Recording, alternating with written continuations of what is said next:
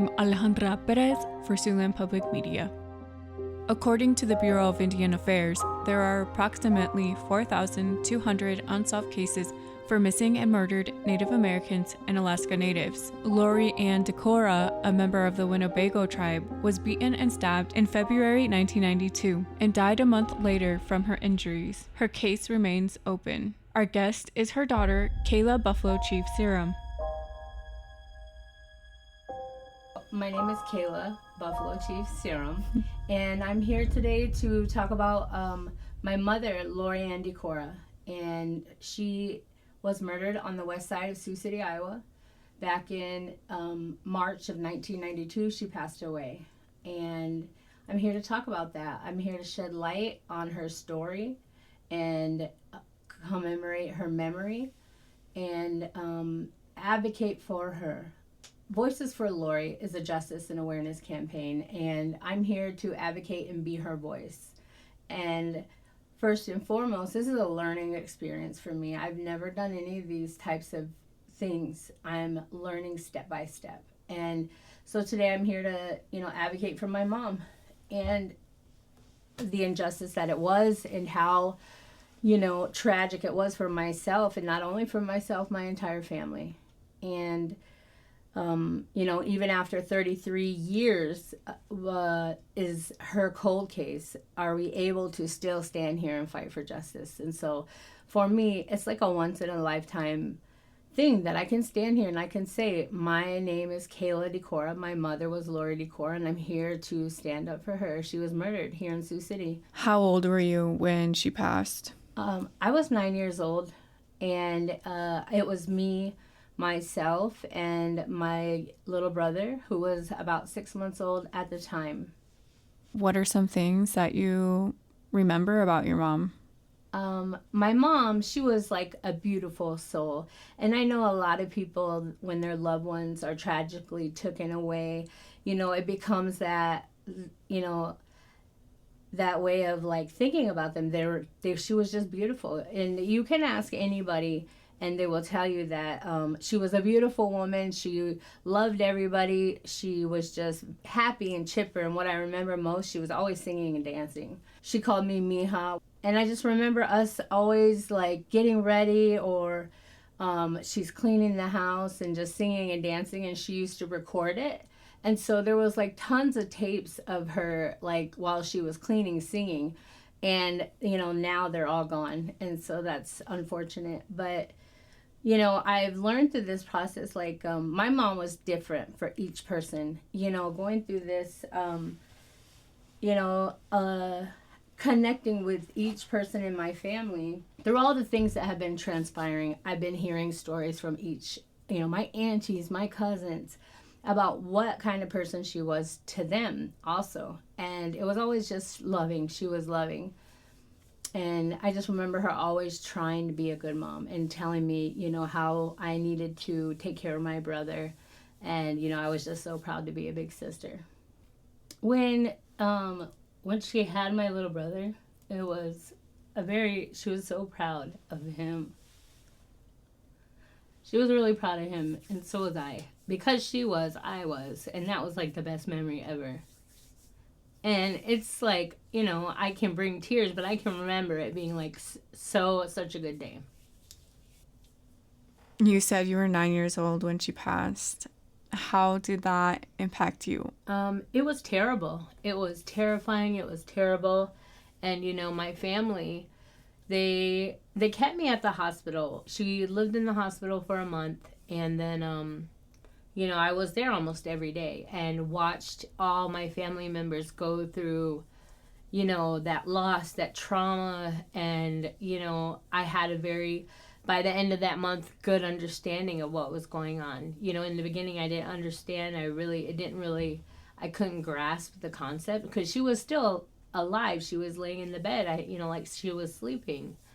And then, when she passed away, it became very real. And, I was 9, but I was young, but I understood. And it just came, it brought my life to a crashing halt where, I was even running around at the cemetery when they were having the funeral. and it just stopped. We were like playing tag, and I just like it became like my whole little world. It was like my mom's gone, and now who's gonna take care of me, and it was terrible. How did it impact the rest of your family? My mom was kind of like the glue. She was the baby. Everybody loved her. She was like the favorite. And it was very tragic for all of them. But my Aunt Germaine, her and my mom were very close. And I feel like she kind of took it really hard mentally. And it took her a long time to recoup. And I think a lot of us still carry that trauma. You've healed, but you can't forget that type of thing, But they all were intertwined. They all were affected. And then moving on, it affected their children because substance abuse, except for my Aunt Germaine, became very prevalent after this incident. All the girls were very young and impressionable. When my mom died, she was 24. And so everybody copes in different ways, and unfortunately a lot of Native American people, and not just Native American people, I take that back, but, alcoholism is, it's real, it's there. I think it still affects a lot of us to this day, just because it kind of shaped things. It was like it was a big divide.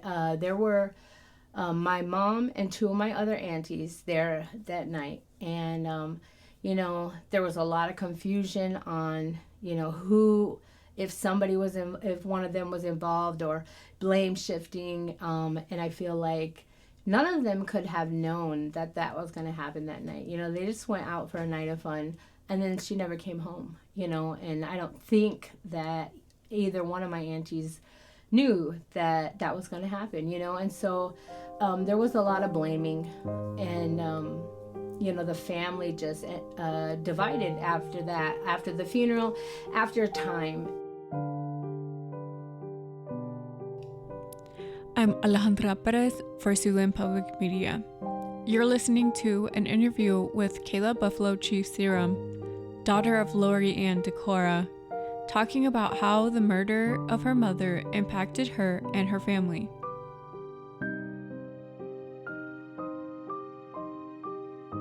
In 2006, I had my first baby, and I kind of walked away from my dad and all of them because I couldn't have her in that lifestyle. And that was the first time it kind of dawned on me that people don't live that way. And like it wasn't normal. I had forgot all the normalcy that I had lived with my mom. She was such a good woman. And I think that before she passed, all of the good she had in her, she instilled in me. And I feel like that's how I kind of came out of that other side. Like, okay, I'm okay. I'm able to regain my composure. What is some work that you're doing right now to honor your mother's memory, or, trying to bring awareness about her case? Yeah. So, all that stuff we just talked about is very emotional, right? And that is the past. And now, fast forwarding to now, I'm 42, and, I am in my second year of my associate's degree at Nebraska Indian Community College. And I'm here supporting my mother. Like, after 33 years of all of that, we can move forward, and we can be here today where I can stand up and be her voice and say that this is a complete injustice and we deserve answers. There is somebody to be held accountable for this. And, like myself and my family, we are not going to stop until we get some type of answer. And I am completely trying to build a rapport with the Sioux City Police Department in hopes that they are pushing to do the right thing. And I think that, not tearing them down and saying, oh, they did this and they're not doing that, is not going to get anybody anywhere.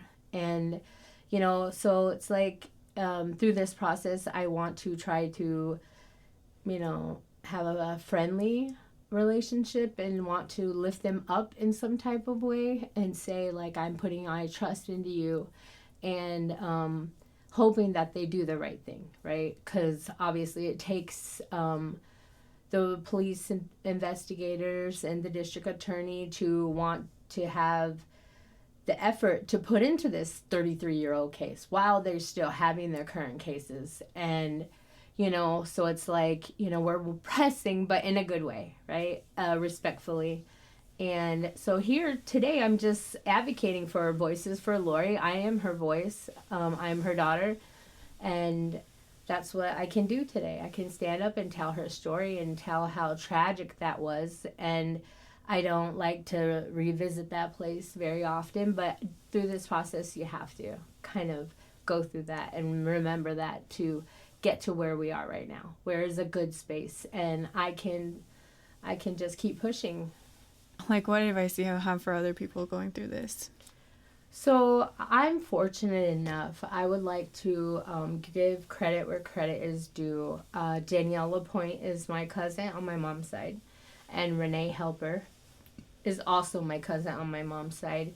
They are both daughters of Jermaine John, my oldest auntie, and I was fortunate enough that they are very smart, and they opted to start working on things, and then we eventually joined up and started collaborating, working on things together. But they initiated it, and they Danielle was able to get my mom on the Iowa Cold Case website, and Renee helped do a lot of that work with her, I believe. But you got to start somewhere. It's like you have to start somewhere, and where is that? So you have to research comb through all of that past history, who, what, when, where, and try to find that purpose of why. And and then after that, it's just like step by step researching, and who can you talk to get to the next place. And for myself, I love researching, and so you just have to want to find those answers. Like for me, it's they opted to initiate a lot of what's going on, but for me, it's like once I adapted with them, it kind of became like my purpose. It is my purpose right now. I'm in school, I have my husband, I have my children, and then there's this, which takes up a good portion of my day each day, finding, the right avenue. And because I was building a silent auction, I've never done a silent auction. I didn't even know what it was. But I was looking for donations, and not primarily for like the funding part about it, but to have these organizations and these, a lot of the indigenous, try to reach out to them, and also the Sioux City community, reach out to them and have them partner with us and attach their name to Voices for Lori, because then it's like it's outwardly other people are knowing it, that people that didn't know it, and so then it's like networking, right? You tell one person, they tell another, and word of mouth travels the fastest and is the best form of advertisement. And so that's what I do. I go out every day. I go out. We'll be at Walmart, and then I'm talking to somebody and telling them all these things, and it's just pure advocating and researching and networking. And so it's like you got to find that spot of what works for you. How do you feel right now, still not having any answers for your mother's case? Well, being how it's a 33-year-old cold case and we just kind of started working on things, it's not at that frustrating point yet. We are actively seeking justice. We're spreading awareness, and we're starting that process. And so that's a big process. And then, we have to work with law enforcement and, help them want to help us, because, just like with every crime show, you got to have that smoking gun, and so what is that? And, so it's like law enforcement knows we're here, and so we got to give them that space to do their thing, you know. And so in the meantime, I'm filling up my my schedule with events to spread awareness. I had a few fundraising things, but through each one of them, I've learned to evolve to, because like I have to evolve out of that, you know, into other events that are gonna spread awareness and not be based on financial needs. Because I was fundraising for my mom's tombstone is how it started out, and then you know that was donated immediately by, we'll just say, an anonymous person. And then you know I had a few other events, but through those I realized like I have to evolve. And so spreading awareness is what I'm doing right now, and that's why I'm here. And so it doesn't frustrate me. I'm not frustrated yet. I'm doing what I can do on my part and hoping they're doing their part. And so we'll see where we are in a year from now. Have you always felt that need to fight for your mother or to find justice? I have always felt that need. Like, why? And it took that younger generation to have that drive to like say we're not going to be silent anymore. And you know, as the older generation, I was more broke down, right? And the younger generation got lifted up. So thank God that they were the ones to initiate things. And then I joined on to that. Yes, of course, I want justice, but I didn't know how. And so I'm grateful to Danielle and Renee to have, you know, said we're not going to be silent anymore. And so through that, I've got my voice in saying, hey, I am Lori's daughter, and this did happen, and we want something done about it. Are you proud to say that you are your mother's daughter? Yes, I always was. You know, I've always been proud to, and everybody always says, oh, you're Lori's daughter, you know? And, yes, but you know, like living with my dad and living that lifestyle, I forgot all of the things that I was with her. And so then through this process, I remembered how special I was to her, you know? And I remember all the good things. Like, what would you say to people that are going through this? You know, on my Facebook, I always like do a little live, because I'm always, you never know who's going to be going through the same thing, you know, through this process with my mom, you know, at learning how to advocate for her. Or I have other things going in my life that I always, you know, do a little quick little live for, because you never know who is hurting and who you might help with what you've learned, you know. And so just saying, you know, these little things once in a while, like, hey, this is what I'm doing. And I do always state, like, you never know who somebody's out there who's hurting too. And so what would I tell them is to talk to somebody and, you know, figure out that process of what it looks like for you. Where are you going to start? I know that I advocate with my mom with my whole heart. It's like wholeheartedly. And everything I do for her, myself, and my entire family. And primarily my aunties, they were so broken down by this. Like, I feel like every time I'm coming here and I did a show on YouTube, I'm here speaking for them because they don't know how to speak for themselves either. Like, you know, like me.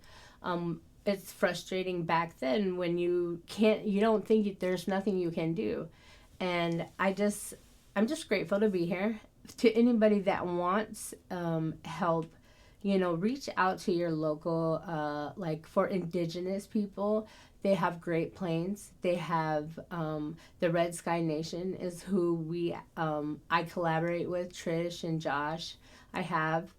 And you know, they're great. And whenever I have questions, I can message Trish, and she's just great. And she's a great inspiration for me.